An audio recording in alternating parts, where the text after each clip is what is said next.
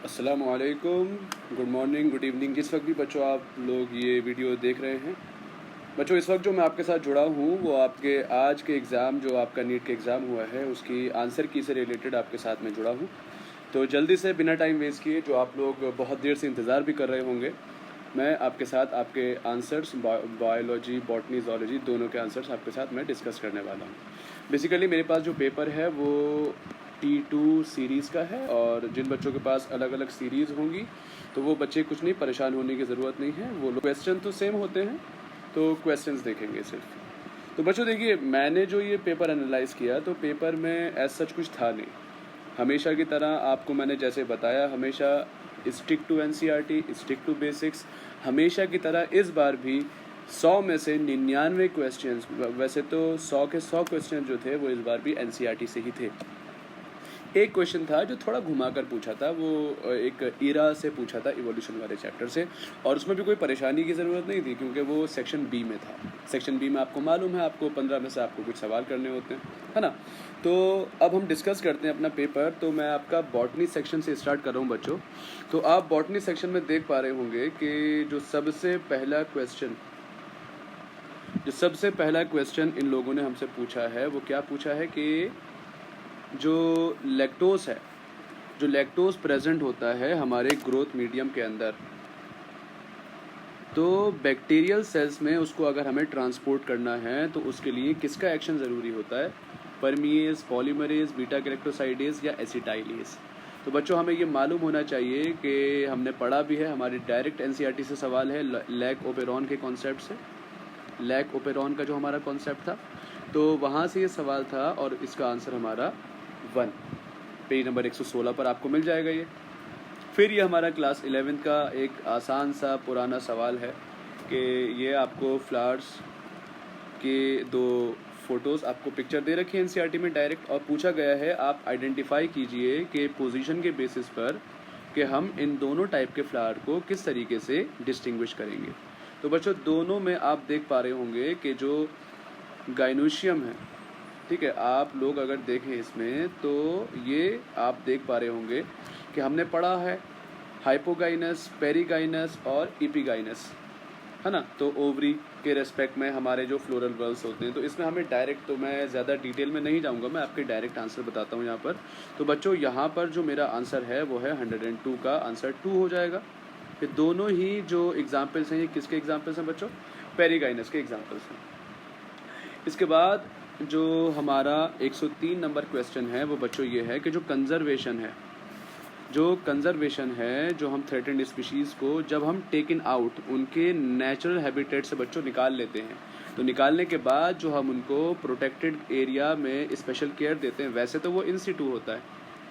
अब आप अगर इन सिटू इसमें सर्च करने की कोशिश करेंगे, सॉरी, एक्स सिटू होता है, तो आप देखेंगे कि एक्स सिटू तो कहीं नहीं मिलेगा आपको इसमें। तो क्या सेमी कंजर्वेटिव एज सच नहीं होगा यहाँ पर। सस्टेनेबल डेवलपमेंट तो कुछ और ही होता है। इन सिटू आप जानते हैं कि जो जहाँ रहता है वहाँ पर हो, उसी को कंजर्व किया जाए। तो इसका जो सबसे अप्रोप्रिएट आंसर होगा बच्चों, वो होगा बायोडाइवर्सिटी कंजर्वेशन के लिए हम उनको वहाँ से निकाल लेते हैं। इसके बाद ये हमारा प्लांट ग्रोथ एंड डेवलपमेंट वाले चैप्टर से हमारा सवाल है कि इसमें पूछा है कि जो फॉर्मेशन होता है इंटरफेसिकुलर कैम्बियम का, इंटरफेसिकुलर कैम्बियम का जो फॉर्मेशन होता है पेरेन्काइमा सेल्स से। आपको मालूम है पेरेन्काइमा सेल्स जो होते हैं, पेरेन्काइमा, कॉलेनकाइमा, स्क्लेरेन्काइमा, ये डिफ्रेंसिएशन के बाद बनते हैं।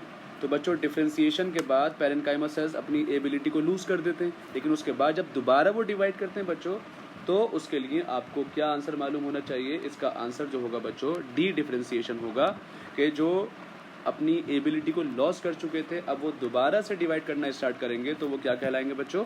वो कहलाता है डी डिफ्रेंसिएशन। तो इसका आंसर हो जाएगा 1। फिर आपका एग्जाम्पल पूछा है एक्टिनोमॉर्फिक का, तो इसमें आपने पी, बीन, आपने नाम सुना होगा, केशिया, गुलमोहर, ये कुछ आपने बहुत सारे एग्जाम्पल्स पढ़े थे। ये मॉर्फोलॉजी का सवाल है। तो मॉर्फोलॉजी में जब हम ये सवाल देखते हैं, तो एक सवाल जो मस्टर्ड, चिली और दतूरा था हमारा, तो देखिए दतूरा एग्जाम्पल जो है हमारा, दतूरा किसका एग्जाम्पल होता है बच्चों? एक्टिनोमॉर्फिक का। ये हमारे NCERT से एज सच डायरेक्ट सवाल आ रखे हैं। फिर इसके बाद अगला सवाल जो है हमारा, ये बायोटेक्नोलॉजी से है, और बायोटेक्नोलॉजी में ये क्लियरली स्टेटमेंट दे रखी है कि जो हिंडी 2 होता है बच्चों जो हिंदी 2 होता है, हिंदी 2 डीएनए मॉलिक्यूल को एक पर्टिकुलर पॉइंट पे कट करता है और उस सीक्वेंस में कितने बेस पेयर होते हैं ये एनसीईआरटी में दिया रखा है कि 6 बेस पेयर होते हैं। इसका आंसर हो जाएगा 4। इसके बाद बच्चों डार्क रिएक्शन, ये हमारा फोटोसिंथेसिस वाले चैप्टर से है।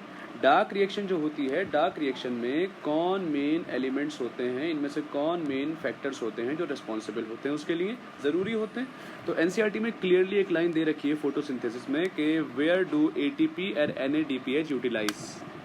तो बच्चों वहाँ जब आप देखेंगे तो वहाँ साफ साफ दे रखा है कि जो एटीपी है और जो एनएडीपीएच है, इन दोनों का इस्तेमाल होना होता है डार्क रिएक्शन में। लाइट रिएक्शन में लाइट CO2 क्लोरोफिल का इस्तेमाल होगा।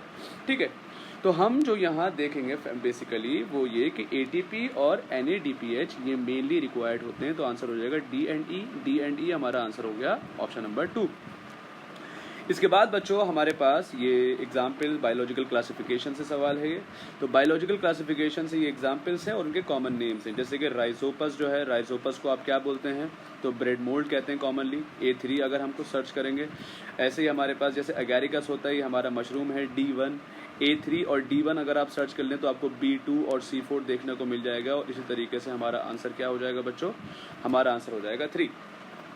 ये लेसिथिन वाला सवाल हमारे बायोमोलिक्यूल से है। बायोमोलिक्यूल में जब हम लेसिथिन वाला डायग्राम देखेंगे तो लेसिथिन के साथ साथ लिख रखा है कि लेसिथिन हमारा बच्चों क्या होता है, फॉस्फोलिपिड होता है। क्या होता है, फॉस्फोलिपिड होता है। इसके बाद ये सवाल हमारा जो बायोटेक्नोलॉजी नई वाली एनसीईआरटी है उसमें बायोटेक का पार्ट बना दिया गया है इसको, जो हमारी जेनेटिक इंजीनियरिंग में, कि जो एक सेल होता है इससे अगर पूरा का पूरा प्लांट सेल बना सकें, ठीक है, होल प्लांट सेल बना सकें, तो इस कैपेसिटी को आप बोलते हैं बच्चों टोटीपोटेंसी। तो आंसर हो जाएगा 3।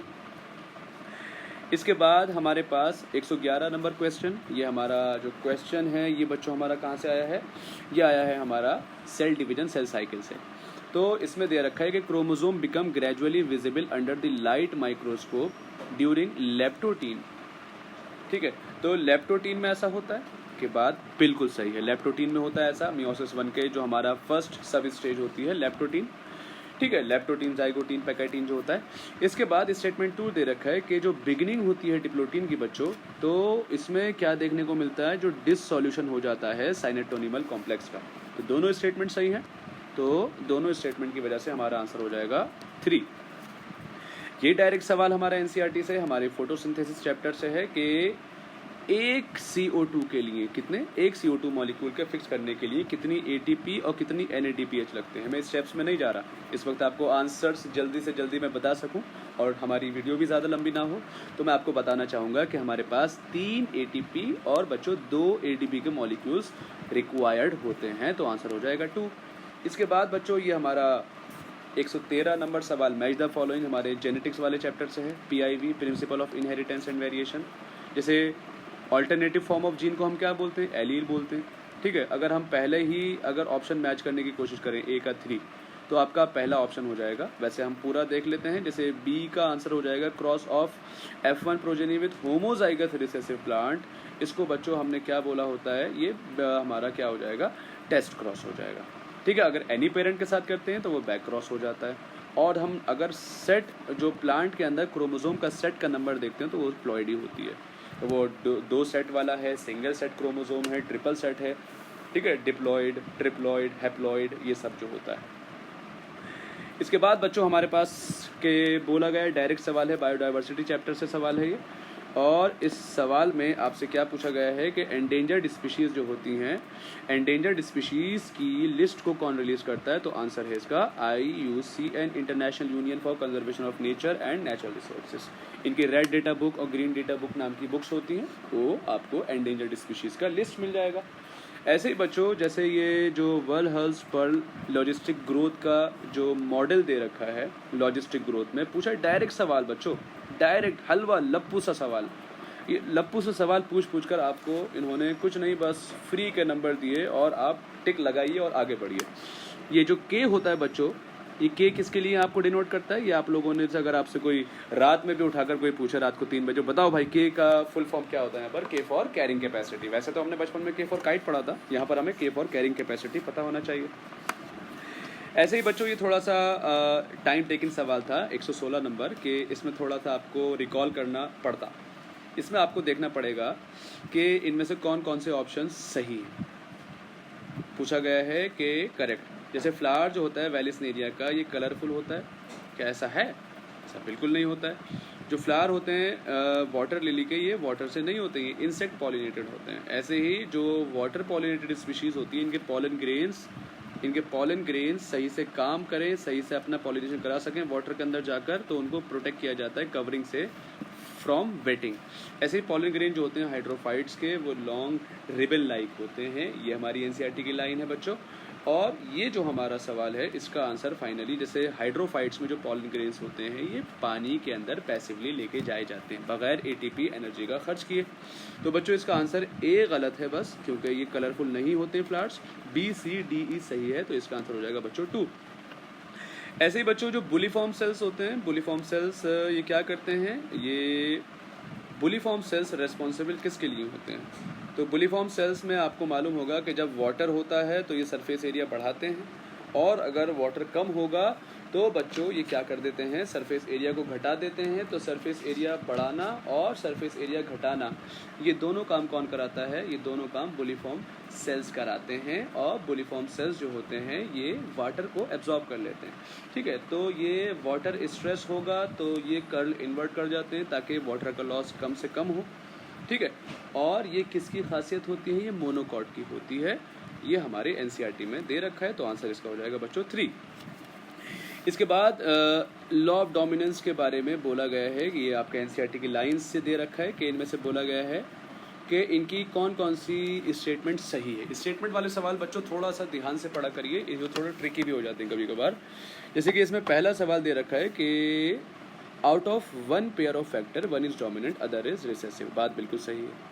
कह रहे हैं कि allele do not show any expression both the character appear as such in F2 generation.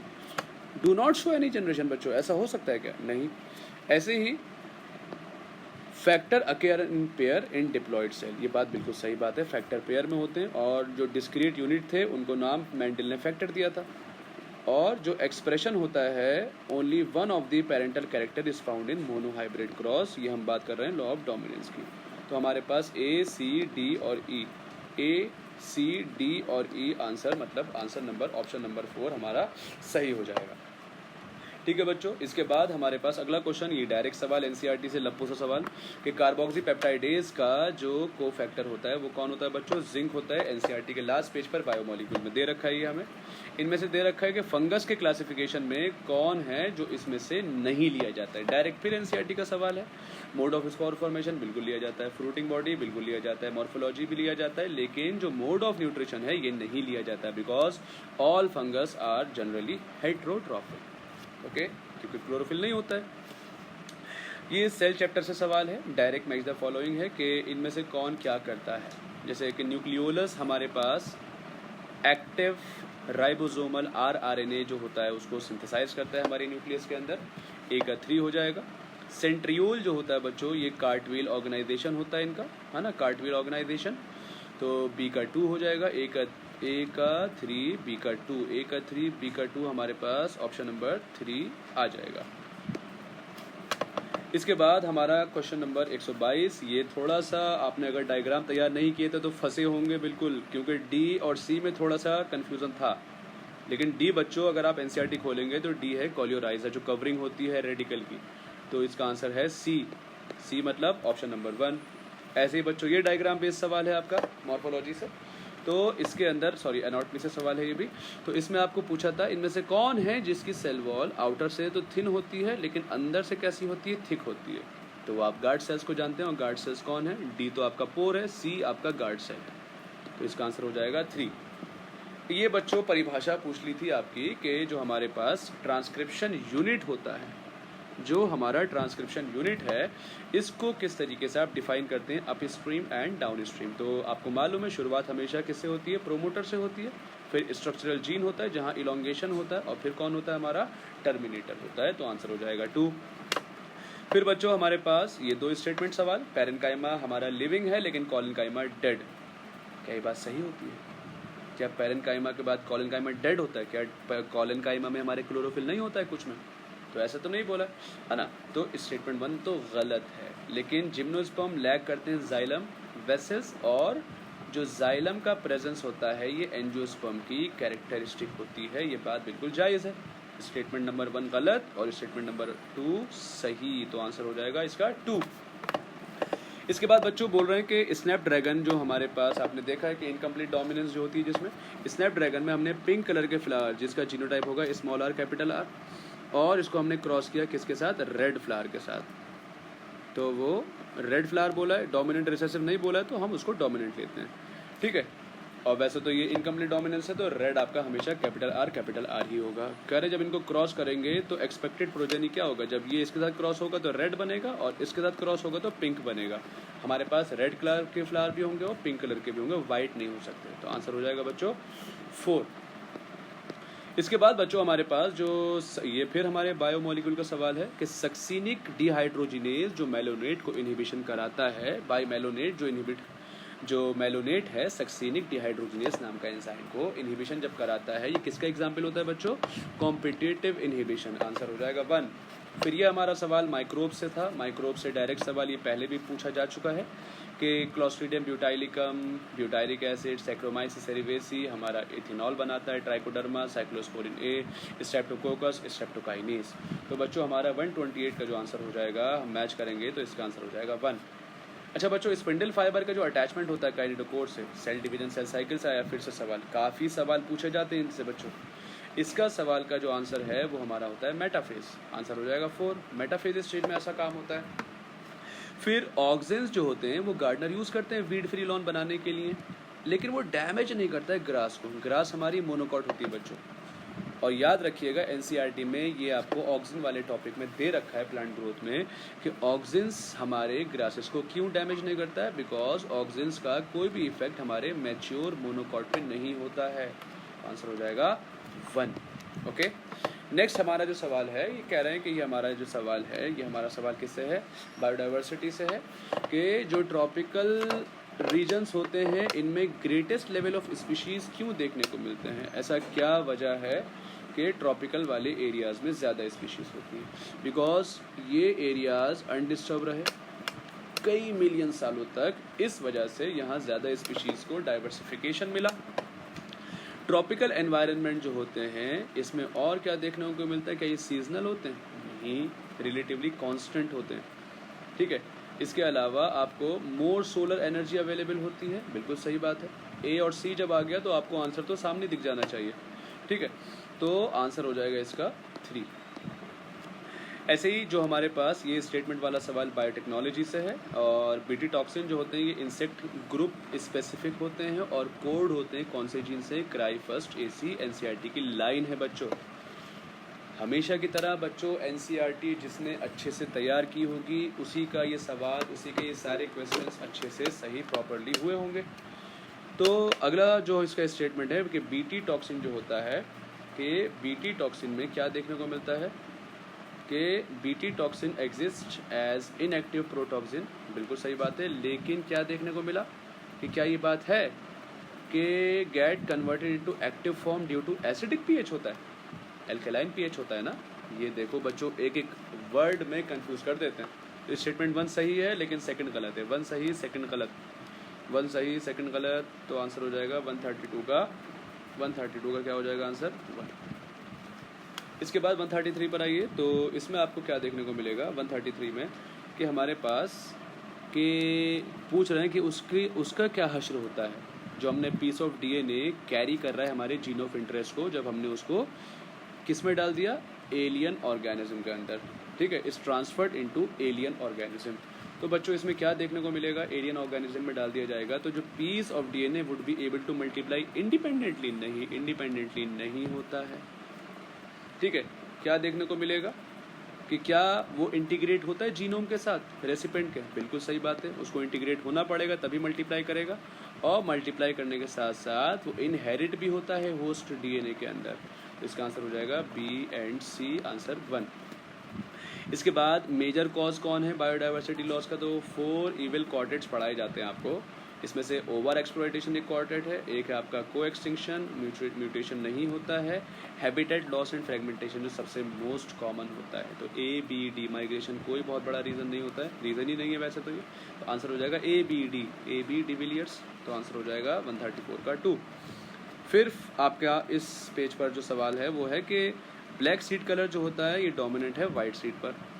अगर मुझे जीनोटाइप पता लगाना है ब्लैक सीड का कि वो होमोजाइगस ब्लैक है या हेट्रोजाइगस ब्लैक है, तो हमें क्या करना पड़ेगा, टेस्ट क्रॉस। और टेस्ट क्रॉस के लिए हमेशा रिसेसिव के साथ क्रॉस कराया जाता है। तो 135 का आंसर हो जाएगा बच्चों, क्या हो जाएगा 135 का आंसर, तो 135 का आंसर हो जाएगा 4। ओके, फिर 136 हमारे पास ये सेक्शन बी आता है बॉटनी का, जिसमें आपको 15 में से 10 सवाल ही अटैम्प्ट करने होते हैं। इसमें बच्चों जो 136 क्वेश्चन नंबर है, तो इसमें आपको पूछे वही स्टेटमेंट्स, तो इसमें ज़रा ध्यान से करना होता है। फियोफाइसी में, तो फियोफाइसी में बोल रहे हैं कि ए सेक्सुअल रिप्रोडक्शन बाय फ्लैजिलेटेड जू स्पोर्ट से होता है। हकीकत बिल्कुल जायज़ बात है। सेक्सुअल रिप्रोडक्शन ऊगैमस से होता है, नहीं, इसमें आइसो एनाइसो ऊ तीनों देखे जाते हैं। अच्छा, इसके अलावा कि जो स्टोर्ड फूड होता है in the form of carbohydrate जो है वो या तो लेमिनेरिन होता है या मैनिटॉल होता है, बात बिल्कुल सही है।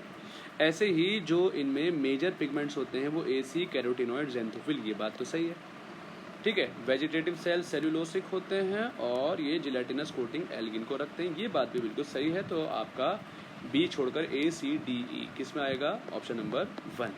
फिर आपके पास आता है ये एग्जाम्पल्स डायरेक्ट दे रखे हैं, मोनोएडल्फस, डाईएडल्फस, पॉलीएडल्फस। चाय पी सिट्रस, चाय मतलब चाइना और पी किसको, और सिट्रस। तो इसका आंसर अगर हम मैचिंग करें तो 137 में ए का 4, बी का 2 और सी का 1, डी का 3, आंसर हो जाएगा इसका 3। ये फिर आपका प्लांट ग्रोथ एंड डेवलपमेंट से है कि अगर हम शुगर केन क्रॉप पर प्लांट ग्रोथ कौन सा रेगुलेटर डालें ताकि स्टेम की लंबाई बढ़े, इसके लिए आंसर होता है gibberellin. Okay, GAs, gibberellic acids. इसके बाद बच्चों ये डायग्राम बेस्ड सवाल इस बार पूछे गए, काफ़ी पूछे गए। ये आपका sexual reproduction in flowering plant से सवाल है, और इसमें आप अगर देख पाएंगे तो ये हमारा विंड पॉलिनेटेड फ्लावर है जिसके स्टेमिन्स जो हैं ये एक्सपोज्ड हैं। तो आंसर इसका 3 हो जाएगा, 3 आंसर हो जाएगा। इसके बाद पूछा है कि सोमैटिक हाइब्रिडाइजेशन जो होता है, टिश्यू कल्चर का टॉपिक है ये भी हमारे बायोटेक में नई वाली एनसीईआरटी में अटैच हुआ है। वैसे पहले ये हमारे क्रॉप वाले चैप्टर में था। तो इसमें हमें किसका फ्यूज़न कराना होता है बच्चों, प्रोटोप्लास्ट का फ्यूज़न होता है। ओके, इसके बाद इनमें से कौन है जिस स्टेप में ऑक्सीडेशन नहीं होता है, ठीक है, ऑक्सीडेशन नहीं होता है, इनमें से कौन सा स्टेप है सिट्रिक एसिड साइकिल का। तो इनमें बच्चों सक्सिनाइल कोएंजाइम से सक्सिनिक एसिड, ये तो होता ही है ऑक्सीडेशन। आइसोसिट्रेट से बच्चों जो आइसोसिट्रेट 5 कार्बन का कंपाउंड होता है, अल्फा कीटोग्लूटारेट होता है 4 कार्बन का कंपाउंड। अगर ध्यान हो आपने पढ़ा होगा कि ये डी कार्बोक्सिलेशन का स्टेप होता है। मैलिक एसिड से ऑक्सैलो या सक्सिनिक से मैलिक बनना, ये ऑक्सीडेशन होते हैं। लेकिन जो आंसर नंबर ऑप्शन नंबर 2 है ये डी कार्बोक्सिलेशन है। तो इसका 141 का आंसर हो जाएगा 2। 142 के बाद आपके पास ये एग्जाम्पल आपके साइंटिस्ट के नाम है। तो साइंटिस्ट के नाम है बच्चों और उनकी क्या क्या उनकी डिस्कवरीज थी। तो 142 में अगर आप देखेंगे तो आपको देखने को मिलेगा कि रॉबर्ट मे ने क्या किया था, आपको बताया था ग्लोबल डाइवर्सिटी कितनी थी, आपको 7 मिलियन है, ए का 3 हो जाएगा। इसके बाद जो बी है अलेक्जेंडर वॉन हम्बोल्ट, इन्होंने स्पीशी एरिया रिलेशनशिप बताया था। तो A4B1 किस में आ रहा है, 4 में लगाओ और चलते बनो आगे। ऐसे ही फिर हमारे पास एग्जाम्पल्स का सवाल है कि कौन ड्रूप होता है, ड्रूप तो आपको जानते हैं मैंगो होता है। डी का 3 अगर देखोगे तो आपके पास आंसर 3 आ जाएगा। ओके, ऐसे ही फिर हमारा बायोमोलिक्यूल से सवाल आता है। बायोमोलिक्यूल से बच्चों ये जो सवाल था कि ग्लूट4 आप जानते हैं ग्लूकोज के ट्रांसपोर्ट के लिए होता है। ए का 4 अगर देखें तो हमारे पास ऑप्शन नंबर 3 में आएगा। बाकी आप ऑप्शन मैच कर लीजिए कि इंसुलिन जो है हमारा हार्मोन है, ट्रिप्सिन आपका कौन एंजाइम है, कोलेजन जो होता है वो आपका इंटरसेलुलर ग्राउंड सब्सटेंस है। तो ये हमारी टेबल से आया है जो हमारी एनसीईआरटी में बनी हुई है टेबल। तो बच्चों ये टेबल से सवाल था। ओके, इसके बाद अगला सवाल जो हमारा है ये हमारा सेल चैप्टर से है और पूछा है कि जो डीएनए होता है हमारे क्लोरोप्लास्ट के अंदर बच्चों वो सर्कुलर डीएनए होता है और डबल स्ट्रैंडेड होता है। तो आंसर हो जाएगा 4। इसके बाद स्टेटमेंट वाला सवाल कि C3 प्लांट में कुछ ऑक्सीजन बाइंड कर जाती है रुबिस्को के साथ और आपको मालूम है क्या होता है, CO2 का फिक्सेशन जो ग्लूकोज का बनना है उसकी प्रोडक्टिविटी में हैम्पर थोड़ा कमी आ जाती है। स्टेटमेंट 1 तो सही है। 2 क्या करेगा, C4 प्लांट में मीजोफिल सेल्स में कुछ फोटो रेस्पिरेशन होता है, ये बात बिल्कुल गलत है। अकॉर्डिंग टू NCERT साफ साफ दे रखा है कि C4 प्लांट में फोटो रेस्पिरेशन नहीं होता है। ओके, तो आंसर हो जाएगा इसका, क्या हो जाएगा बच्चों, इसका आंसर हो जाएगा 1। ओके, 1 आंसर है इसका। इसके बाद बच्चों ये भी NCERT की लाइन है आपकी, MBI molecular basis of inheritance से है, और इसमें बच्चों पूछा गया है कि जो रेप्लिकेशन होता है ई कोलाई के अंदर, इसमें जो एंजाइम रिक्वायर्ड होता है वो DNA डिपेंडेंट DNA पॉलीमरेज है, लेकिन ये कौन से डायरेक्शन में पॉलीमराइज करता है ये आपको मालूम होना चाहिए। तो आपको NCERT में दे रखा है ये सिर्फ एक ही डायरेक्शन में करता है, और वो कौन है, 5 प्राइम से 3 प्राइम। तो आंसर हो जाएगा बच्चों 4।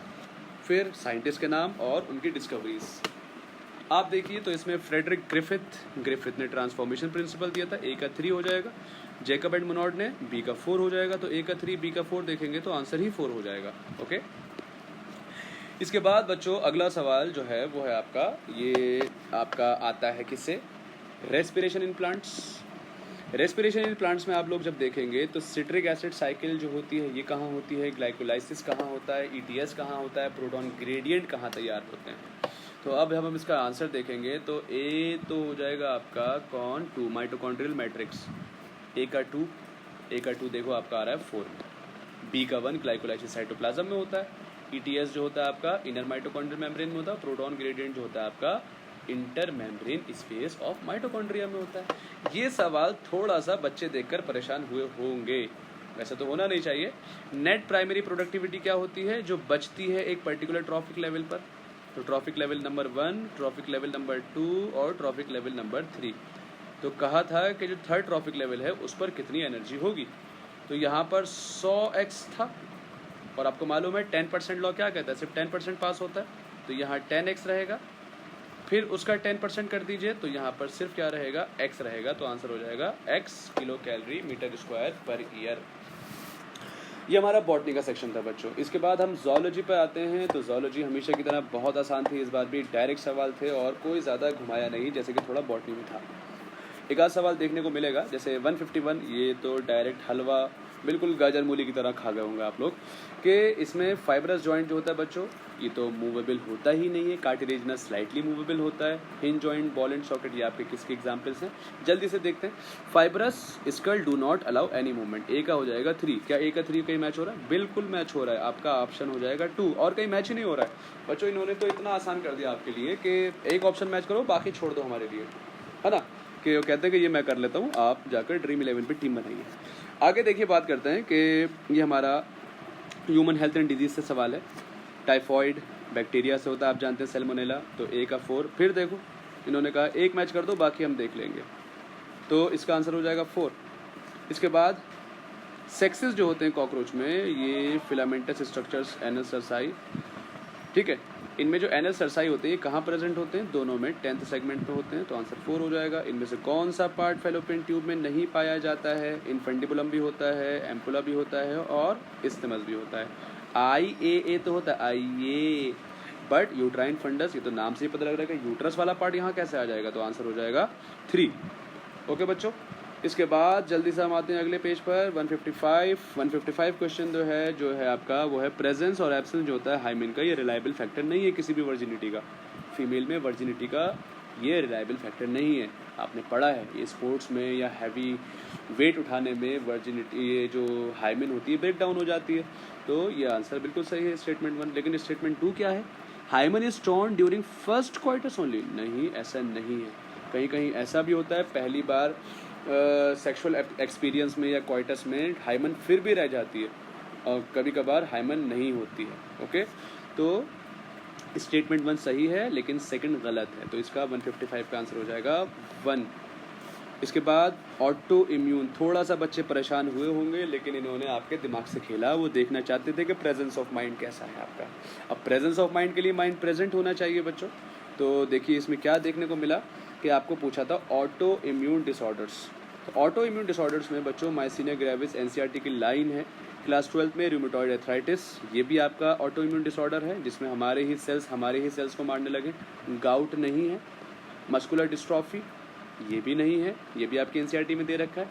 तो क्या हुआ, ए और बी तो है, ए और बी किस में मैच हो रहा है, 3 और 4 में। क्या डी और ई, डी तो नहीं हो सकता था, फिर सिंपली आपका आंसर हो जाता है ई। तो इस तरीके से बच्चों ऐसे सवाल से घबराना नहीं होता है, आपने घबराना नहीं है। ओके, वैसे तो हमने नहीं पढ़ा होता है कि सिस्टेमिक ल्यूपस एरिथेमेटोसस क्या होता है, एक्चुअली ये आप पढ़ते हैं मेडिकल में जाकर, तो वहाँ जाने के लिए कुछ उसका गेट तो खोलना पड़ेगा, है ना।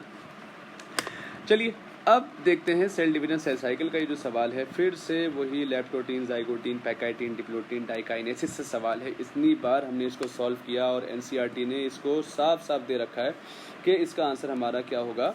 कि लेप्टोटीन में क्या होता है आप जानते हैं कि हमारे पास जो क्रोमोसोम्स होते हैं वो थिन थ्रेड लाइक दिखने लगते हैं। जाइगोटीन में आपका क्या होता है, साइनेप्टोनिमल कॉम्प्लेक्स बनता है। पैकाइटीन में क्या होता है रिकॉम्बिनेशन न्यूड्यूल्स दिखने लगते हैं। डाइकाइनेसिस में टर्मिनलाइजेशन हो जाता है। इसको जब हम मैच करेंगे 157 में तो इसका आंसर हो जाएगा बच्चों 1। ओके, फिर हमसे पूछा था इवोल्यूशन चैप्टर से, ह्यूमन इवोल्यूशन से पूछा है कि कौन सबसे पहले और कौन बाद में आया। सबसे पहले जो दुनिया में आए वैसे तो आपने पढ़ा है ऑस्ट्रेलोपिथिकस, ड्रायोपिथिकस, रमापिथिकस। इसके बाद जो सबसे पुराना है इन 4 में वो है होमो हैबिलिस, फिर होमो इरेक्टस, फिर होमो निएंडरथैल्स और फिर होमो सैपियन, हेंस HENS। तो इसका आंसर 158 का क्या हो जाएगा बच्चों, 2 आंसर हो जाएगा ADCB। ये हमारा ब्रीदिंग वाले चैप्टर से कई बार सवाल पूछा गया है। पिछली बार शॉर्ट फॉर्म पूछी थी, आज फुल फॉर्म्स दे रखी। TV IRV नहीं दिया इन्होंने, पूरा खोल कर लिख दिया उसको। एक्सपिरेटरी कैपेसिटी क्या होता है आप जानते हैं कि क्या होता है, TV प्लस ERV होता है। तो TV और ERV हो जाएगा A का 2। इसके बाद फंक्शनल रेसिडुअल कैपेसिटी क्या होता है, ये हमारा होता है RV प्लस ERV होता है। वाइटल कैपेसिटी क्या होता है, TV IRV ERV होता है। और inspiratory capacity TV plus IRV। तो 159 का आंसर बच्चों हम जब मैच करेंगे तो क्या आंसर आना चाहिए, तो 159 का हमारा हो जाएगा बच्चों 3। इसके बाद आते हैं हमारे पास जो, तो हमारा अगला जो आंसर होगा ये हमारा ब्रेन वाले टॉपिक से है हमारा। तो इसमें पोन्स क्या करते हैं, तो कनेक्ट करते हैं सारे रीजन्स को। A का 3 हो जाएगा, तो A का 3 4 आंसर हो जाएगा। डायरेक्ट सवाल, सीधी बात, नो बकवास, है ना। इसके बाद ये बच्चों थोड़ा सा ट्रिकी था, लेकिन ट्रिकी नहीं था, बस परमिएबल इम्परमिएबल जिसको याद रहा उसने कर दिया होगा। DPP, डी से डिसेंडिंग वाली में P से पानी को परमिशन मिलती है, लेकिन यहाँ इन्होंने बोल दिया इम्परमिएबल के परमिशन नहीं मिलती। इस स्टेटमेंट गलत हो गई। अच्छा, PCT जो होता है ये सिंपल कॉलमनार से नहीं क्यूबॉइडल वाले सेल से होता है। तो दोनों स्टेटमेंट बच्चों गलत होने की वजह से 161 का आंसर 4 हो जाएगा। इनमें से कौन स्टेरॉइडल हार्मोन नहीं है, प्रोजेस्टेरॉन होता है, कॉर्टिसोल भी होता है, टेस्टोस्टेरॉन भी होता है, ग्लूकेगन जो है बच्चों पेप्टाइड हार्मोन, आंसर 2। इसके बाद ये फिशेस, उनके कॉमन नेम उनके साइंटिफिक नेम्स के साथ, जैसे टीरोफाइलम जो है एंजल फिश है, Myxine, hagfish, Pristis, sawfish, Exocoetus, flying fish. जब इसको हम मैच करेंगे तो 163 का आंसर हमारा 4 देखने को मिलेगा, तो आंसर हो जाएगा इसका 4। इसके बाद बच्चों ये सवाल, बच्चों वाले सवाल बिल्कुल पूछे जा रहे हैं कि 3 प्राइम से 5 प्राइम दे रखा है, तो 5 प्राइम से 3 प्राइम चलेगा, वो तो सब में ही है, कॉमन है। बस T के सामने कौन आता है, A, और A के सामने T, लेकिन T की जगह यूरासिल आता है RNA के केस में। तो जब हम इसको मैच करेंगे तो मैचिंग के बाद हमें बच्चों 164 का 1 देखने को मिल जाएगा। बायोरिएक्टर के लिए इनमें से कौन सी गलत स्टेटमेंट है, पहली स्टेटमेंट पढ़िए, आपको हंसी आएगी। कह रहे हैं कि क्या बायोरिएक्टर जो यूज़ होते हैं वो प्रोडक्शन के लिए होते हैं, स्मॉल स्केल बैक्टीरिया के लिए। एनसीईआरटी में साफ साफ दे रखा है लार्ज स्केल प्रोडक्शन के लिए होते हैं। ऑक्सीजन डिलीवरी कैसे होती है ये मालूम होना चाहिए। बायोरिएक्टर में ऑप्टिमल ग्रोथ कैसे होती है, सबसे कॉमनली यूज जो होता है वो स्टीयरिंग टाइप होता है, पूरा एनसीईआरटी है। नेक्स्ट आपका सवाल, ये हमारा सवाल बच्चों जो है ये है हमारा स्केलेटल, वो जो हमारा मसल वाला चैप्टर है, जो हमारा चैप्टर नंबर 7 है, स्ट्रक्चरल ऑर्गेनाइजेशन। तो इसमें आपको डायग्राम से, फिर देखो डायग्राम बहुत इंपॉर्टेंट होते हैं। तो डायग्राम में पहला तो स्केलेटल मसल है, फिर अगला स्मूथ और फिर कार्डियक। स्केलेटल, स्मूथ और cardiac, skeletal, smooth, cardiac, skeletal, smooth, cardiac. आपका 4th ऑप्शन दिखाई दे रहा है मुझे। तो स्केलेटल, स्मूथ और कार्डियक में आपको स्केलेटल का एग्जाम्पल ट्राइसेप हमारा, जो हमारा अपर आर्म होता है, उसमें जो मसल्स होते हैं बैक वाले मसल्स। स्टमक हमारा जो हमारे कंट्रोल में नहीं है, बहुत भूख लगती है अल्हम्दुलिल्लाह, तो स्मूथ मसल हमारा स्टमक, और कार्डियक मसल हमारे हार्ट में होते हैं। तो हमारा आंसर हो जाएगा 4। इनमें से कौन है जो हार्डी विनबर्ग प्रिंसिपल को इफेक्ट नहीं करता है? इवोल्यूशन का टॉपिक है, तो जीन माइग्रेशन करता है, रिकॉम्बिनेशन भी करता है, जेनेटिक ड्रिफ्ट भी करता है, लेकिन कांस्टेंट जीन पूल अगर कांस्टेंट रहेगा तो कहाँ से इक्विलिब्रियम में डिफेक्ट होगा? तो आंसर हो जाएगा इसका 2। ऐसे ही बच्चों अगला जो सवाल है, इनमें से कौन है जो इनमें से नॉट आर नेचुरल या ट्रेडिशनल मेथड? लैक्टेशन मेनोरिया बिल्कुल होता है, कोइटस इंटररप्टस बिल्कुल होता है, पीरियोडिक एब्स्टिनेंस बिल्कुल होता है, वॉल्ट्स तो हमारा बैरियर मेथड है भाई, ठीक है। इसके बाद बच्चों आंसर हो जाएगा हमारा 2। तो उसके बाद नेक्स्ट हमारा 169 जो है वो है हमारा ये PBR 322 है, और इसमें हमें x और y दे रखा है। x हमारा आप जानते हैं क्या होता है, ये ओरी होता है, और y जो है हमारा ROP है ना, रेप्लिकेशन ऑफ प्लाज्मिड के लिए y, और x ओरी रीजन है जो कंट्रोल करता है किसे? कॉपी नंबर को। तो x कंट्रोल करता है कॉपी नंबर, ये नहीं हो सकता क्योंकि यहाँ उल्टा दिया है। x कह रहे हैं रिकॉग्निशन साइट, ये भी गलत है। x रेस्पॉन्सिबल फॉर रेजिस्टेंस, ये भी गलत है। तो 4 हो जाएगा इसका आंसर। x रेस्पॉन्सिबल होता है कॉपी नंबर को कंट्रोल करने के लिए, और जो प्रोटीन इन्वॉल्व होता है रेप्लिकेशन के लिए प्लाज्मिड के, वो हमारा y होता है। तो आंसर हो जाएगा 4। ऐसे ही बच्चों हमारे पास ये कुछ एग्जाम्पल्स हैं कि लाइपेस, न्यूक्लियस, प्रोटीएस, अमाइलेस, ये हमारे एंजाइम्स हैं, और ये किस किस बॉन्ड को तोड़ते हैं। जैसे लाइपेस कौन सा बॉन्ड तोड़ता है? लाइपेस कौन सा बॉन्ड तोड़ता है? हमारा ईस्टर बॉन्ड तोड़ता है, ठीक है, हमारे फैट्स में होता है। न्यूक्लियस किसको तोड़ता है? ये हमारे फॉस्फोडाइस्टर को, प्रोटीएस प्रोटीन पेप्टाइड बॉन्ड को, अमाइलेज ग्लाइकोसिडिक बॉन्ड को। 170 का आंसर हमारा हो जाएगा 1 जब हम मैच करेंगे। इसके बाद ऑक्सी हीमोग्लोबिन के फॉर्मेशन के लिए हमेशा ऑक्सीजन की मात्रा ज़्यादा हो, CO2 की कम हो, H+V कम हो, बेसिक कंडीशन हो। आंसर 4 बच्चों। इसके बाद जो नेक्स्ट है, ये हमारे पास कुछ बीमारियां और कुछ कॉमन, ये हमारा ह्यूमन हेल्थ एंड डिजीज से भी है। तो मैच द फॉलोइंग में कॉमन कोल्ड राइनो वायरस से होता है, A का 3 हो जाएगा। B हीमोजोइन प्लाज्मोडियम मलेरिया में रिलीज होता है। विडाल टेस्ट हमारा टाइफॉइड के लिए होता है। एलर्जी हमारी डस्ट और माइट से होती है। तो बच्चों इसका जो हमारा कॉमन आंसर होगा वो क्या होगा बच्चों? आंसर हो जाएगा 1। ओके, अच्छा बोल रहे हैं कि असर्शन रीज़न कि ब्रेस्ट फीडिंग, जो माँ अपने बच्चों को दूध पिलाती है शुरुआत में, वो ज़रूरी है हेल्दी बच्चे के लिए, है ना। ज़रूरी होती है कि बच्चा हेल्दी होगा जब माँ अपने बच्चे को दूध पिलाएगी। क्या रीज़न सही है कि जो कोलेस्ट्रॉल होता है इनमें कई सारी एंटीबॉडीज़ होती हैं। हेल्दी कब होगा? जब उसको डिजीज़ नहीं लगे, है ना, वो बीमार ना पड़े, बार बार बीमार ना पड़े, उसको एंटीबॉडीज़ चाहिए होंगी। जैसे आपको मालूम होगा IgA फॉर अम्मा, अम्मी, तो IgA आपको मालूम होगा, एंटीबॉडी मिलती है उसको बच्चे को। तो असर्शन भी सही है और रीज़न भी सही है बच्चों, करेक्ट है, इसी वजह से पिलाना चाहिए।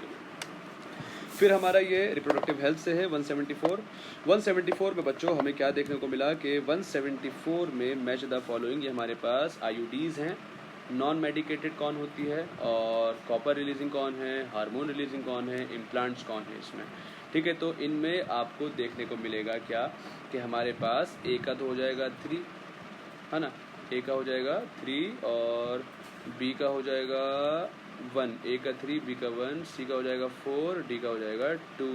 तो आंसर हो जाएगा 2। ओके, फिर ये हमसे सीक्वेंस पूछ लिया। आपको मालूम होगा G1 होता है, फिर S, फिर G2, और फिर न्यूक्लियस डिवाइड करता है। न्यूक्लियस के डिवाइड करने को कैरियोकाइनेसिस, फिर होता है साइटोकाइनेसिस। तो फाइनली 175 का जो आंसर आएगा वो आएगा 2। इसके बाद बच्चों हमारे पास जो अगला है वो हमारा मैच द फॉलोइंग है। मैच द फॉलोइंग में हमें ये एनिमल किंगडम से सवाल है। एनिमल किंगडम से जो बच्चों ये सवाल आया है, ये सवाल में क्या है कि प्लूरोब्रैकिया किसका एग्जाम्पल है? तो टीनोफोरा का एग्जाम्पल है। A का 2 हो जाएगा। ऐसे रेड्यूला हमारे मोलस्का में पाया जाता है। B का 1 हो जाएगा। मैच करेंगे तो आंसर आ जाएगा 4। C का 4 देखेंगे और D का 3 मिलेगा। स्टोमोकॉर्ड हमारे हेमिकॉर्डेटा में होता है और एयर ब्लैडर हमारी ऑस्ट्रिक्थीस बोनी फिशेस में पाया जाता है। फिर ये हमारा इवोल्यूशन चैप्टर से है। जो पेंगुइन्स और डॉल्फिन्स होती हैं, इनके जो फ्लिपर्स होते हैं, ठीक है, फ्लिपर्स जो होते हैं ये हमारे एनालोगस का एग्जाम्पल है। और एनालोगस जो होता है AC एनालोगस कन्वर्जेंट इवोल्यूशन, और HD होमोलोगस डाइवर्जेंट इवोल्यूशन से बनता है। तो आंसर हो जाएगा 1। 178 में बच्चों हमें क्या देखने को मिलेगा? तो 178 जो एग्जाम्पल है, 178 एक्सोनीम किस में देखने को मिलता है? कार्टवील पैटर्न किस में देखने को मिलता है? क्रिस्टा क्या है? सैटेलाइट क्या है? सैटेलाइट तो बच्चों क्रोमोसोम का पार्ट होता है, सैटेलाइट DNA, है ना, जो कॉन्स्ट्रक्शन से बनता है। क्रिस्टा हमारा माइटोकॉन्ड्रिया का पार्ट है। तो C4D3, C4 और D3 आंसर हो जाएगा 2, है ना। एक्सोनीम हमारा किस में देखने को मिलता है? सीलिया फ्लैजेला में। और कार्टवील पैटर्न ये हमारा सेंट्रियोल में देखने को मिलता है। नेक्स्ट हमारा जो है वो है हमारा 179 क्वेश्चन। इसमें हमें रास्ता पूछा है जो हार्ट बीट आगे की तरफ चलती है वो कैसे। ऐसे नोड से बनेगी, फिर ए बी नोड की तरफ चलेगी, तो ऐसे नोड ई, फिर ए बी नोड सी, ई के बाद सी, ई के बाद सी आ रहा है थर्ड में, आंसर हो जाएगा 3। टी आई प्लाज्मेटिक टी आई का फुल फॉर्म क्या होता है? ट्यूमर इंड्यूसिंग होता है, आंसर हो जाएगा 1। फिर हमारा ये सवाल आ गया किससे, ये हमारा जो ड्रग एंड एल्कोहल अब्यूज़ होता है, कि छिछी की चीज़ें जो होती हैं, कोकेन किससे बनता है? एरिथ्रोजाइलम कोका से। ए का 3 आंसर हो जाएगा। 3 मैच करते ही आपका आंसर आ जाएगा। बच्चों इतना आसान कोई कर सकता है क्या? हाँ, इनके नीट वालों को आगे कोई बोल सकता है क्या? तो देखिए ए का 3 हो जाएगा और बी का 4, सी का 1, डी का 2। ओके, फिर ये सवाल आपका एनसीईआरटी में हमारे principle of inheritance and variation में मिल जाएगा। मैच द फॉलोइंग काफ़ी पूछे बच्चों, ऐसा रीज़न कम थे। और देखते हैं इसमें डाउन सिंड्रोम बच्चों जो होता है ये 21 क्रोमोसोम पर होता है। ए का 3 हो जाएगा और क्लाइनफेल्टर जानते हैं आप, एक्स क्रोमोसोम का ट्राइसोमी हो जाता है, तो डी का 2। ए का 3 और डी का 2 अगर आप देखेंगे तो आपको मिल जाएगा। बी का 4, सी का 1, ये आपको एनसीईआरटी में दे रखा है। अल्फा थैलेसीमिया, बीटा थैलेसीमिया के बारे में, ठीक है, कि ए का, बी का 4 और सी का 1, डी का 2, तो आंसर हो जाएगा 1। इसके बाद बच्चों जो अगला है ये है आपका मैच द फॉलोइंग। फिर से match the following. Match the following में आपको अल्फा 1 एंटीट्रिप्सिन, आपको ये एप्लीकेशन ऑफ बायोटेक्नोलॉजी सवाल है। तो अल्फा 1 एंटीट्रिप्सिन जो होता है एम्फाइसेमा के क्योर के लिए होता है, ए का 3 हो जाएगा। इसके बाद एंजाइम रिप्लेसमेंट थ्योरी जो होती है किसके लिए होती है, ये आपका हो जाएगा एडीए। देखो मैंने पहला और लास्ट देख लिया, नॉर्मली होता है पहले और लास्ट से पता चल जाता है आपका आंसर क्या होने वाला है। देखो ए का 3 और डी का 2, ए का 3, डी का 2, देखो इससे आंसर हमारा आ गया, आंसर आ गया 1, कोई परेशानी ही नहीं है। इसके बाद अगला सवाल, इनमें से कौन सही स्टेटमेंट है? एनेलिडा सिलोमेट होते हैं, बिल्कुल सही बात है, एनेलिडा से सिलोमेट स्टार्ट होते हैं। पॉरीफेरा सूडो सिलोमेट, अरे भैया उनमें तो कुछ होता ही नहीं है, ए सिलोमेट होते हैं। एस्की जो होते हैं वो सूडो होते हैं, आस्क वो झूठ बोलते हैं। प्लेटी हेलमेंथिस ये ए सिलोमेट होते हैं, आंसर हो जाएगा इसका ए ओनली 4। इसके बाद असर्शन रीजन 185 में आप देखेंगे कि जो हमारे पास FSH है ये फॉलिकल के डेवलपमेंट को कराता है, बात बिल्कुल जायज़ है, यहाँ तक सही था। लेकिन यहाँ से आगे मजाक कर दिया कि लीडिंग सेल्स पे भी एक्ट करता है, नहीं। FSH में जो S आ रहा है वो चिल्ला चिल्ला के स्कीम बताता है कि S फॉर सर्टोली सेल्स पर एक्ट करता है। बच्चों असर्शन गलत है, रीज़न देखते हैं। ग्रोइंग जो ओवेरियन फॉलिकल्स होते हैं ये एस्ट्रोजन रिलीज करते हैं फीमेल में, बात सही है। और इंटरस्टिशियल सेल्स सिक्रेट करते हैं एंड्रोजन, ये बात भी सही है। असर्शन फॉल्स है, रीजन ट्रू है, आंसर हो जाएगा 2। इसके बाद बच्चों जो माइटोकॉन्ड्रिया और क्लोरोप्लास्ट हैं डबल मेम्ब्रेन होते हैं, बात बिल्कुल जायज़ है। इनर मेम्ब्रेन जो होती है माइटोकॉन्ड्रिया की लेस परमिएबल होती है, ये गलत है बच्चों। जो क्लोरोप्लास्ट होता है उसकी थोड़ी कम परमिएबल होती है, ये एनसीईआरटी में सेल चैप्टर में दे रखा है जहां हमें क्लोरोप्लास्ट वाला टॉपिक पढ़ाया जाता है। तो फर्स्ट सही सेकंड गलत, फर्स्ट सही और सेकंड गलत, तो आंसर हो जाएगा 186 का 1।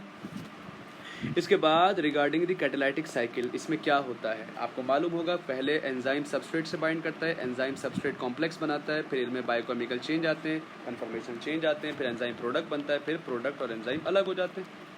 तो इसमें 187 में हमें क्या देखने को मिलेगा कि सबसे पहले क्या होगा कि सबस्ट्रेट बाइंड करेगा एक्टिव साइट पे, तो ई होगा, ई में हमारा 2 और 3 आ रहा है। इसके बाद बच्चों क्या होगा, ई के बाद जब सबस्ट्रेट एक्टिव साइट से बाइंड कर गया तो कॉम्प्लेक्स का फॉर्मेशन होगा, है ना, एंजाइम सबस्ट्रेट कॉम्प्लेक्स। तो ई के बाद ए, ई के बाद ए आपका 3 में आ रहा है।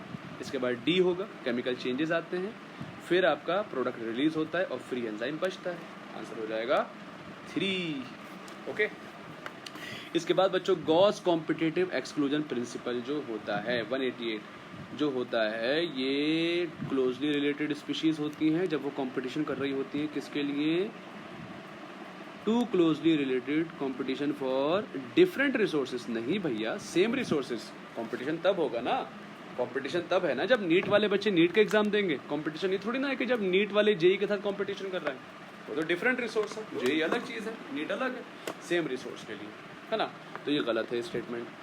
अकॉर्डिंग टू गॉस कह रहे हैं कि जो कंपटीशन होता है इन्फीरियर वाली एलिमिनेट हो जाती है, और ये मे बी ट्रू है रिसोर्स अगर लिमिटिंग है, अनलिमिटेड है तो कोई दिक्कत नहीं, खाने देगा। स्टेटमेंट 1 गलत, 2 सही, आंसर हो जाएगा 188 का 2। इसके बाद बच्चों एक्सोप्थेल्मिक गोइटर, फिर मैं द फॉलोइंग आ गया। एक्सोप्थेल्मिक गोइटर बच्चों जो होता है इसमें आंखें बाहर आ जाती हैं, आंखें दिखाते हैं लोग, एक 3 हो जाएगा। इसके बाद एक्रोमेगैली में क्या होता है, ग्रोथ हार्मोन ज़्यादा निकल जाता है, आपको मालूम होगा मिडिल एज में। कुशिंग सिंड्रोम, चांद सा चेहरा हो जाता है, मून फेस, तो सी का 1। और केराटिनिज्म में क्या होता है, हाइपोसिक्रेशन होता है थायराइड हार्मोन का। तो 189 जब मैच करोगे तो ये आ जाएगा ए का 3, बी का 4, सी का 1, डी का 2, तो आंसर हो जाएगा 2।